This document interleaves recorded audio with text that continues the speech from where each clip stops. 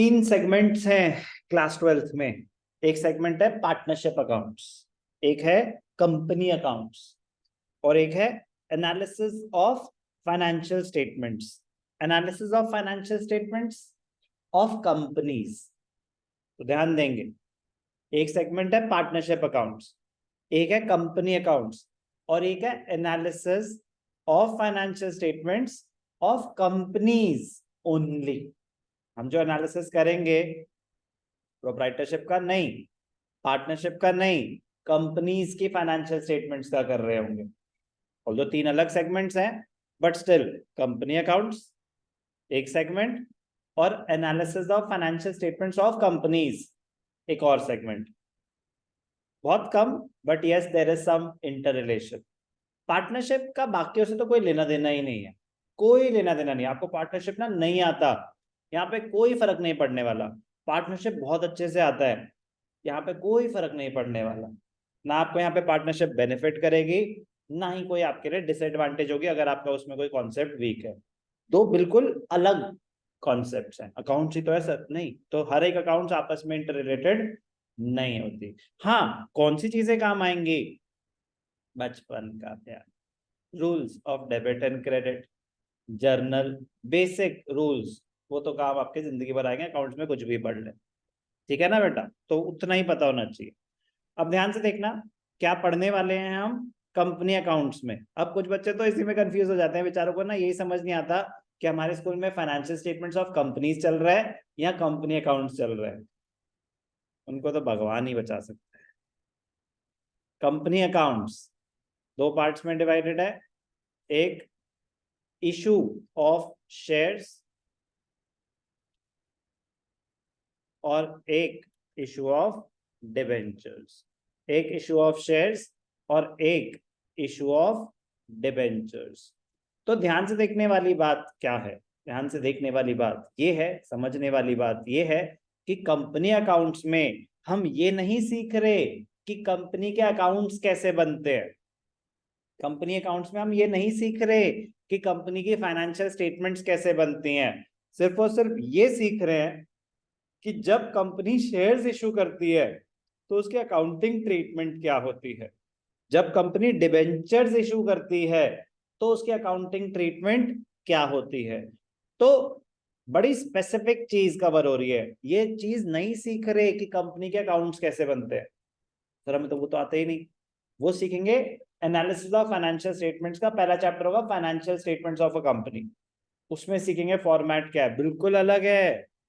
Sole proprietorship और partnership अलग दुनिया, कंपनीज का फॉर्मेट ही बिल्कुल अलग है। Statement of profit and loss बनती है, बैलेंस शीट बनती है, बट वो एक अलग सेगमेंट। इस चैप्टर की रिक्वायरमेंट ये नहीं है कि आपको कंपनी की फाइनेंशियल स्टेटमेंट्स बनानी है। कंपनी की इस चैप्टर की रिक्वायरमेंट क्या है इस सेगमेंट की, कि जब शेयर्स इशू करेंगे तो अकाउंटिंग ट्रीटमेंट क्या होगी, जब डिबेंचर्स इशू करेंगे तो अकाउंटिंग ट्रीटमेंट क्या होगी।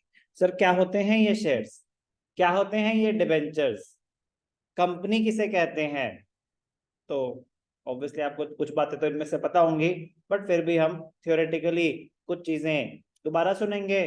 फोकस हमारा मतलब अकाउंटिंग पॉइंट ऑफ व्यू पे ज्यादा रहेगा, ठीक है ना, क्योंकि इसमें बिजनेस स्टडीज की बहुत सारी बातें आ जाएंगी जो अकाउंटिंग पॉइंट ऑफ व्यू से इंपॉर्टेंट नहीं है, नॉलेज पॉइंट ऑफ व्यू से इंपॉर्टेंट है। तो मैं उस पर ज्यादा टाइम वेस्ट नहीं करूंगा, बट आपके पास वो इंफॉर्मेशन होनी चाहिए। तो इशू ऑफ शेयर्स और इशू ऑफ डिबेंचर्स में कॉमन क्या है? Both are long term sources of finance. Both are long term sources of finance for a company. Company के लिए long term sources of finance, company को पैसा raise करना है बिजनेस चलाने के लिए। कंपनी को पैसा, एक तो होता है कि भैया अपने पैसे डालो, एक होता है बैंक से लोन ले लो, एक होता है शेयर्स इशू करो। तो शेयर्स इशू करना भी अभी हम देखेंगे, share holders are the owners of the company only. तो अब अपना पैसा डालो तो ओनर अपना जो पैसा डाल रहा है वो उतने शेयर्स एक्वायर कर रहा है। सुनेंगे अभी हम point. Shares and debentures are various sources of finance. Shares internal sources माने जाते हैं, ये क्या माना जाता है? इंटरनल सोर्सेज ऑफ फाइनेंस, और डिबेंचर्स क्या माना जाता है? एक्सटर्नल सोर्स ऑफ फाइनेंस, बाहर वालों से हम पैसा रेज कर रहे हैं, outsiders borrowings. Various sources of finance long term, हमारे कोर्स में सिर्फ और सिर्फ issue of shares and issue of debentures. पहले रिडेम्पशन ऑफ डिबेंचर्स भी हुआ करता था, इस साल के लिए रिडेम्पशन ऑफ डिबेंचर्स हमारे कोर्स में नहीं है। ओके, तो कंपनी अकाउंट्स इतना ही है। एक बारी बस ये चीज चेक करना चाहूंगा मैं कि इस बारी उन्होंने वेटेज कितनी दी है उसको, कंपनी अकाउंट्स को 24 मार्क्स। 24 मार्क्स कंपनी अकाउंट्स को वेटेज दिया। 24 मार्क्स कम नहीं होते, बहुत होते हैं। 36 पूरा पार्टनरशिप है। ऐसा लग रहा है पिछले जन्म से हम पार्टनरशिप ही कर रहे हैं, काफी टाइम से पार्टनरशिप कर रहे हैं। कंपनी अकाउंट्स ज्यादा दूर नहीं है, वो 36 तो ये 24। तो अगर 9 4 9 4 6 तो 9:6 का रेशियो, 3:2 का रेशियो, ठीक है ना, है ना, 3:2 का रेशियो, कोई ज्यादा बड़ा दूर नहीं है ये। 24 मार्क्स के लिए 2 चैप्टर्स, 36 के लिए पता नहीं 5-6 चैप्टर्स कर दिए। तो जल्दी से एक बारी सुन लेंगे कि उनका स्कोप ऑफ सिलेबस क्या है। अकाउंटिंग फॉर शेयर कैपिटल, तो एक हो गया अकाउंटिंग फॉर शेयर कैपिटल, एक हो गया अकाउंटिंग फॉर डिबेंचर्स। 2 पार्ट्स में डिवाइडेड है, शेयर्स एंड डिबेंचर्स। क्या पढ़ेंगे वो तो बात की बात है। डिबेंचर्स में ध्यान क्या देना है, हमारे कोर्स में सिर्फ और सिर्फ क्या है, issue of debentures. Redemption of debentures हमारे कोर्स में नहीं है, रिडेम्पशन ऑफ डिबेंचर्स हमारे कोर्स में नहीं। बाकी चीजें जैसे जैसे हम करेंगे वैसे करेंगे। Disclosure of share capital in the balance sheet. So ज्यादा से ज्यादा आपको अगर बैलेंस शीट बनाने को आ भी गई, सर आपने कहा फाइनेंशियल स्टेटमेंट्स तो हमें बनानी नहीं, फाइनेंशियल स्टेटमेंट्स तो हम एनालिसिस में बनाएंगे। मैंने बताया कि इसमें हमारा कॉन्सेप्ट जो होगा restricted to issue of shares ही होगा, restricted to issue of debentures ही होगा। उतने का डिस्क्लोजर वो बिल्कुल आपसे पूछ सकते हैं, पूरी बैलेंस शीट बनाने को नहीं आ सकती, पूरी balance sheet of the company बनाने को नहीं आ सकती। With respect to share capital आ सकती। ओके, शुरू करेंगे चैप्टर।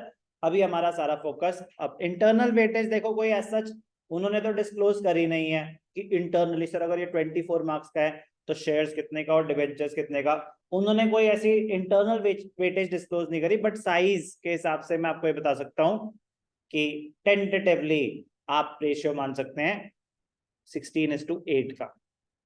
16:8 मतलब share capital is at least double that of debentures, marks wise, efforts wise, concept wise, ठीक है ना, मोर देन डबल ही होगा, मोर देन डबल ही होगा। तो डिबेंचर्स उसके सामने बहुत छोटा है, तो शेयर्स में अच्छे खासे एफर्ट्स लगने वाले हैं। But be careful, be careful, partnership का इससे दूर दूर तक कोई लेना देना नहीं है।